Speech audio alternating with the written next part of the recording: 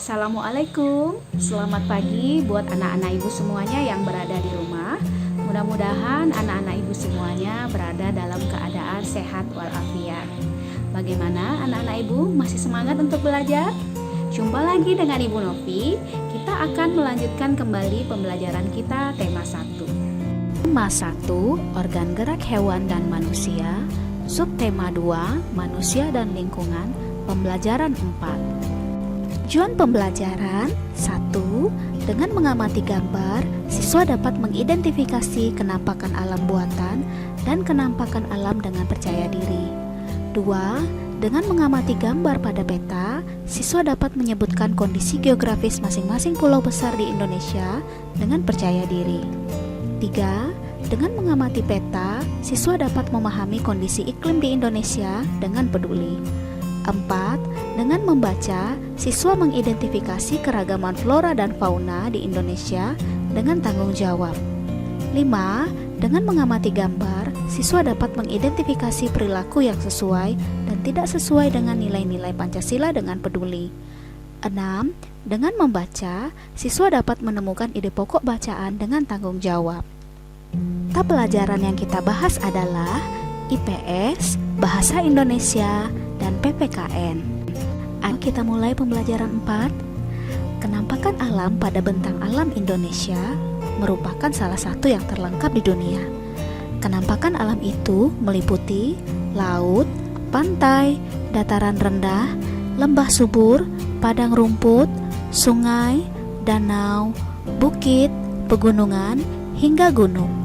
Lalu, kenampakan alam yang seperti apakah yang ada di wilayah tempat tinggalmu?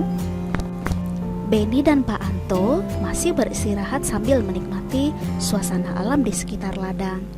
Warna menghijau sejauh mata memandang. Udaranya pun bersih dan sangat segar, membuat mereka betah beristirahat. Sambil istirahat, mereka berbincang-bincang tentang kekayaan alam yang dimiliki Indonesia. Kebetulan, wawasan Pak Anto akan bentang alam Indonesia sangat luas. Benny pun antusias sekali menyimak setiap yang dijelaskan oleh Pak Anto. Nah, amatilah keempat gambar kenampakan berikut. Berilah tanda centang pada gambar yang menunjukkan kenampakan alam yang ada di Indonesia. Berilah tanda silang pada gambar yang menunjukkan kenampakan buatan yang ada di Indonesia. Anak, setelah kamu mengamati gambar tersebut, jawablah pertanyaan-pertanyaan berikut. 1. Kenampakan alam apakah yang tampak pada gambar tersebut? 2. Kenampakan buatan apakah yang nampak pada gambar tersebut? 3. Apakah kenampakan alam itu? 4. Apakah kenampakan buatan itu? Indonesia merupakan negara dengan wilayah daratan dan lautan yang sangat luas. Hal itu membuat Indonesia memiliki kenampakan alam yang beragam. Kenampakan alam dibagi menjadi 2, yaitu kenampakan alam alami dan kenampakan alam buatan. 1. Kenampakan alam alami. Kenampakan alam alami biasa disebut kenampakan alam. Kenampakan alam adalah bentuk muka bumi yang terbentuk karena proses alam. Misalnya, gunung, dataran tinggi, danau, pantai, sungai, dan laut. 2. Kenampakan alam buatan. Kenampakan alam buatan sering disebut kenampakan buatan. Kenampakan buatan adalah bentuk muka bumi yang terbentuk akibat dari perbuatan manusia.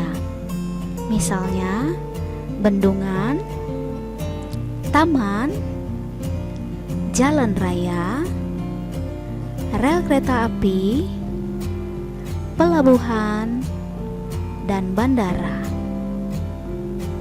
Bentang alam Pulau Papua secara umum. Pulau Papua adalah pulau berbatasan langsung dengan negara Papua Nugini. Pulau Papua merupakan bagian dari wilayah Indonesia Timur. Pulau Papua juga merupakan pulau terbesar di Indonesia dan termasuk pulau terbesar kedua di dunia setelah Pulau Greenland. Sebagian besar daratan Papua masih berupa hutan belantara. Lebih dari 71% wilayah Papua merupakan hamparan hutan hujan tropis yang sulit ditembus karena terdiri atas lembah-lembah yang curam dan pegunungan tinggi.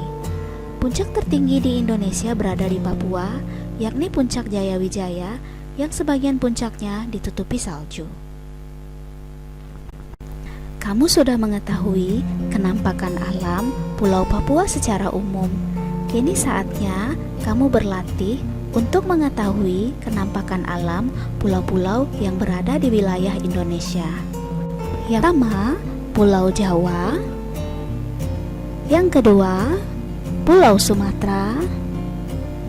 Yang ketiga, Pulau Kalimantan. Yang keempat, Pulau Sulawesi. Yang kelima, Pulau Papua. Yang keenam, Kepulauan Maluku. Yang ketujuh, Pulau Bali. Dan yang kedelapan, Kepulauan Nusa Tenggara. Telah mengetahui bentuk muka bumi atau bentang alam Pulau Papua. Nah, sekarang giliranmu untuk mencari tahu bentuk muka bumi atau bentang alam di provinsimu. Untuk membantumu, kamu dapat melakukan studi pustaka dengan mencari sumber-sumber referensi di perpustakaan sekolah, internet, majalah, koran, dan lain-lain. Alam wilayah Indonesia yang bervariasi tidak terlepas dari keadaan iklim di Indonesia. Iklim adalah keadaan rata-rata cuaca pada suatu wilayah dalam jangka waktu yang relatif lama. Adapun cuaca adalah keadaan suhu udara, tekanan udara, curah hujan, angin, dan sinar matahari pada waktu pendek dan tempat tertentu. Letak astronomis Indonesia yang berada di wilayah tropis membuat Indonesia beriklim tropis. Ciri iklim tropis adalah suhu udara yang tinggi sepanjang tahun dengan rata-rata tidak kurang dari 18 derajat Celcius, yaitu sekitar 27 derajat Celcius. Di daerah tropis tidak ada perbedaan yang jauh antara suhu pada musim hujan dengan suhu pada musim kemarau. Ciri iklim tropis lainnya adalah lamanya siang dan malam hampir sama, yaitu 12 jam. Keadaan iklim di Indonesia secara umum sebagai berikut. Iklim musim dipengaruhi oleh angin musim yang berubah-ubah setiap periode waktu tertentu. Biasanya, satu periode perubahan adalah 6 bulan sekali. 1. Iklim laut terjadi karena Indonesia memiliki wilayah laut yang luas. Iklim Indonesia sangat dipengaruhi oleh laut dan lautan. Laut dan lautan Indonesia mengakibatkan tingginya penguapan. Wilayah yang memiliki tingkat penguapan yang tinggi juga akan memiliki curah hujan yang tinggi. 2. Iklim panas terjadi karena Indonesia berada di daerah tropis. Suhu yang tinggi mengakibatkan penguapan yang tinggi dan berpotensi untuk terjadinya hujan. Nah, anak-anak, kamu sudah mengetahui penjelasan iklim. Kini saatnya kamu menjawab pertanyaan-pertanyaan berikut. 1.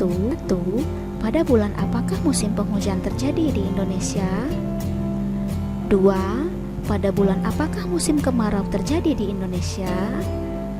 3. Ceritakan fenomena alam angin muson di Indonesia.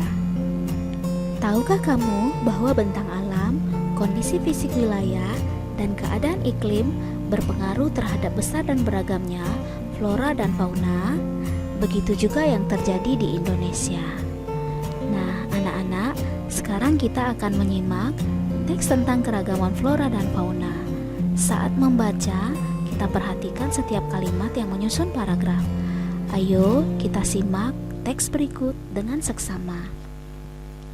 Beragamnya flora dan fauna Indonesia. Paragraf 1. Indonesia sangat kaya dengan keragaman flora dan fauna. Keanekaragaman hayati Indonesia bahkan termasuk 3 besar dunia bersama dengan Brazil di Amerika Selatan dan Zaire di Afrika. Jumlah spesies tumbuhan di Indonesia mencapai 8.000 spesies yang sudah teridentifikasi dan jumlah spesies hewan mencapai 2.215, terdiri atas burung, reptil, mamalia, dan kupu-kupu. Paragraf 2. Banyak faktor yang menyebabkan kaya dan ragamnya flora dan fauna di Indonesia, seperti iklim. iklim memiliki peranan penting bagi persebaran flora dan fauna di setiap daerah. Dalam iklim terdapat faktor kelembapan, suhu udara, dan angin. Kelembapan udara dan suhu udara sangat penting bagi pertumbuhan fisik tumbuhan, sedangkan angin dapat mempengaruhi proses penyerbukan pada tumbuhan. Sebagai contoh, tumbuhan yang berada di iklim tropis akan tumbuh subur sepanjang tahun karena memiliki sinar matahari dan curah hujan yang cukup. Jika tumbuhan dapat hidup dengan baik di suatu daerah, maka akan memancing hewan-hewan untuk datang, karena tumbuhan merupakan bahan makanan yang penting bagi sebagian besar hewan. Bukti dari penyataan tersebut dapat dilihat dan dibandingkan antara daerah dengan curah hujan tinggi seperti Indonesia dibandingkan dengan daerah gurun yang curah hujannya sangat kecil. Keanekaragaman flora dan fauna di Indonesia jauh lebih banyak dibandingkan dengan keanekaragaman flora dan fauna di daerah gurun. Paragraf 3. Faktor penyebab kaya dan keberagamannya flora dan fauna di Indonesia adalah tanah. Tingkat kesuburan tanah, suhu tanah, dan daya serap air berpengaruh pada baik tidaknya tumbuhan. Tentunya pertumbuhan tanaman di daerah yang tingkat kesuburan tanah, suhu tanah, dan daya serap airnya baik akan berbeda dengan daerah yang tingkat kesuburan tanah, suhu tanah, dan daya serap airnya kurang baik. Contoh perbedaan yang dikarenakan karakteristik kondisi tanah ini dapat dilihat dan dibandingkan antara hutan di Kalimantan yang subur dengan hutan di Nusa Tenggara. Paragraf 4. Air juga merupakan faktor penting yang menyebabkan kaya dan beragamnya flora dan fauna di Indonesia. Perannya yang dapat menyerap, melarutkan, dan membawa makanan yang dibutuhkan tumbuhan sangat penting bagi hidup tumbuhan. Flora yang ada di daerah dengan curah hujan yang rendah memiliki keanekaragaman yang juga rendah dibandingkan dengan daerah yang memiliki curah hujan tinggi. Paragraf 5. Selain iklim, tanah, dan air yang merupakan faktor abiotik, ada juga faktor biotik yang mempengaruhi kaya dan beragamnya flora dan fauna di Indonesia, yakni manusia. Manusia dengan ilmu dan pengetahuan serta teknologi yang dimilikinya dapat mengembangkan varietas atau jenis-jenis flora dan fauna baru. Begitu juga dengan tingkat mobilitasnya atau pergerakan, manusia bisa membawa dan menyebarkan flora dan fauna dari daerah satu dengan daerah yang lain. Paragraf 6. Di sisi lain, manusia juga mempengaruhi keberlangsungan hidup flora dan fauna. Pembangunan rumah, pembukaan lahan, penebangan besar-besaran, perburuan liar, serta pencemaran lingkungan adalah contoh perilaku dan sikap manusia yang bisa mengancam keberadaan dan keberlangsungan hidup flora dan fauna. Paragraf 7. Faktor biotik selain manusia adalah hewan dan tumbuhan itu sendiri. Hewan dan tumbuhan juga dapat mempengaruhi keberagaman flora dan fauna. Misalnya, dilihat dari rantai makanan dan sistem penyerbukan. Nah, berdasarkan dari teks bacaan tersebut, tentukan ide pokok dari masing-masing paragraf. Kita sudah tahu persebaran flora dan fauna yang ada di Indonesia. Keragaman flora dan fauna yang ada di Indonesia tersebar di 16.056 pulau. Sekarang, mari kita ketahui persebaran flora dan fauna di Indonesia pada uraian berikut.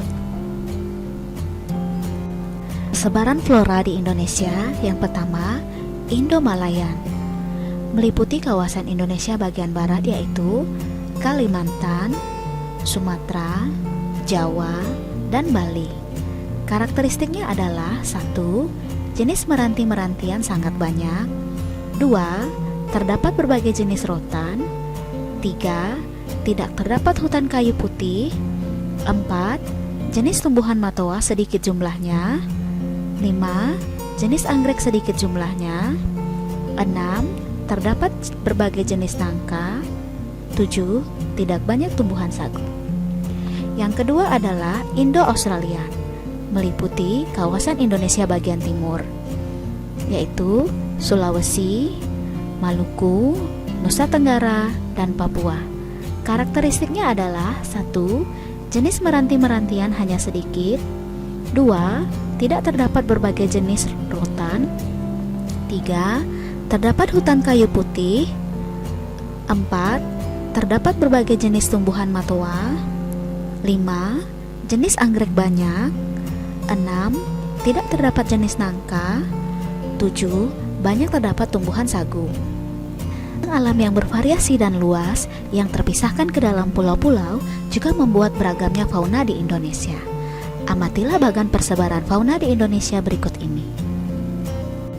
Iklim, kenampakan alam, serta kekayaan flora dan fauna yang dimiliki bangsa Indonesia harus dimanfaatkan secara bertanggung jawab.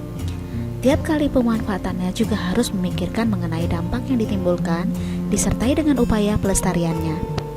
Selain itu, pemanfaatannya pun harus disesuaikan dengan kebutuhan. Kita tidak boleh memanfaatkan kekayaan potensi alam yang dimiliki Indonesia secara sembarangan. Ada sebagian kekayaan alam yang tidak bisa diperbaharui, misalnya saja berbagai macam bahan tambang seperti emas, batu bara, minyak bumi, timah, dan lain-lain. Bahan-bahan tersebut memiliki keterbatasan jumlah yang suatu saat akan habis. Dalam pemanfaatan kayu hutan, kita juga tidak boleh melakukannya sembarangan. Kita tidak boleh menebang pohon dan membakar hutan secara tidak bertanggung jawab. Jika penebangan hutan dilakukan terus-menerus tanpa adanya usaha pelestarian, maka yang terjadi adalah perubahan iklim yang memicu terjadinya global warming atau meningkatnya suhu bumi. Hilangnya habitat hidup berbagai flora dan fauna, punahnya jenis-jenis flora dan fauna tertentu, menyebabkan terjadinya banjir dan longsor. Adapun pembakaran hutan yang dilakukan secara tidak bertanggung jawab akan mengakibatkan terjadinya bencana kabut asap, serta hilangnya habitat hidup berbagai flora dan fauna, dan punahnya jenis-jenis flora dan fauna tertentu. Oleh karena itulah, kita harus mengembangkan sikap dan perilaku yang baik yang sesuai dengan nilai-nilai luhur yang terkandung dalam sila-sila Pancasila. Nilai-nilai tersebut dapat kita terapkan dan kembangkan dalam kehidupan kita sehari-hari, baik dalam memanfaatkan potensi kekayaan alam Indonesia maupun pada saat melakukan interaksi dan sosialisasi dengan sesama. Menurut coraknya, fauna Indonesia dikelompokkan menjadi 3, yaitu fauna bagian barat, fauna bagian tengah, dan fauna bagian timur. Fauna bagian barat dan tengah dipisahkan oleh garis Wallace. Fauna bagian timur dan tengah dipisahkan oleh garis Weber. Mari kita simak penjelasan pada uraian berikut.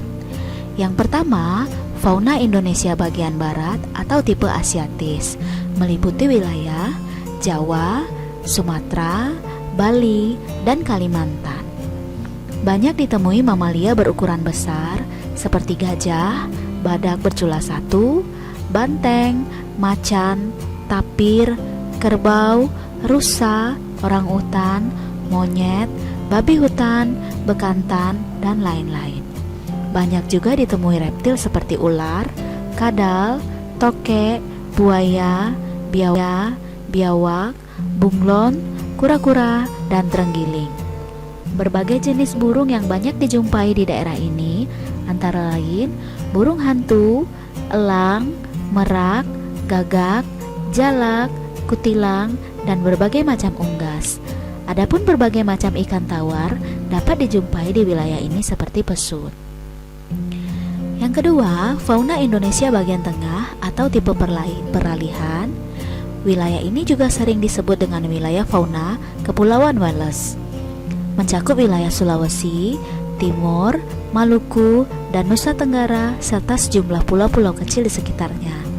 Fauna yang menghuni wilayah ini antara lain babi rusa, anoa, kuda, monyet sabah, babi, beruang, ikan duyung, kuskus, monyet hitam, tarsius, sapi, dan banteng. Reptil yang menghuni wilayah ini antara lain biawak, komodo, buaya, dan ular.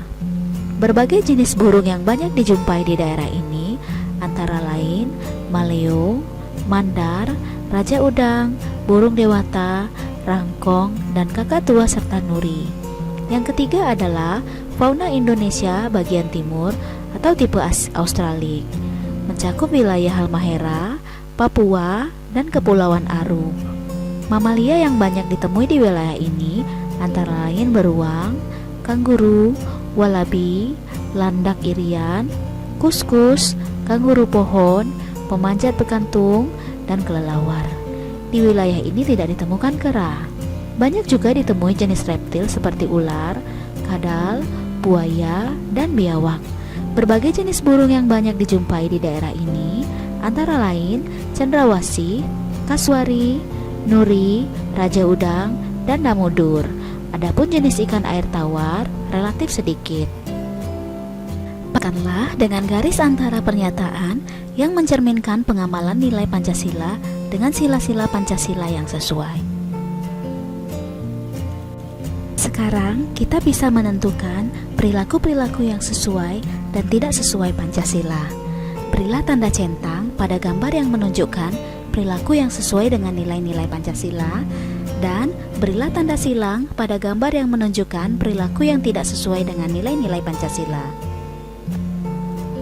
Demikianlah video pembelajaran kali ini. Tetap semangat belajar, jaga kesehatanmu, makan makanan yang bergizi, dan istirahat yang cukup. Selalu cuci tanganmu dan gunakan masker jika berpergian keluar rumah. Assalamualaikum warahmatullahi wabarakatuh.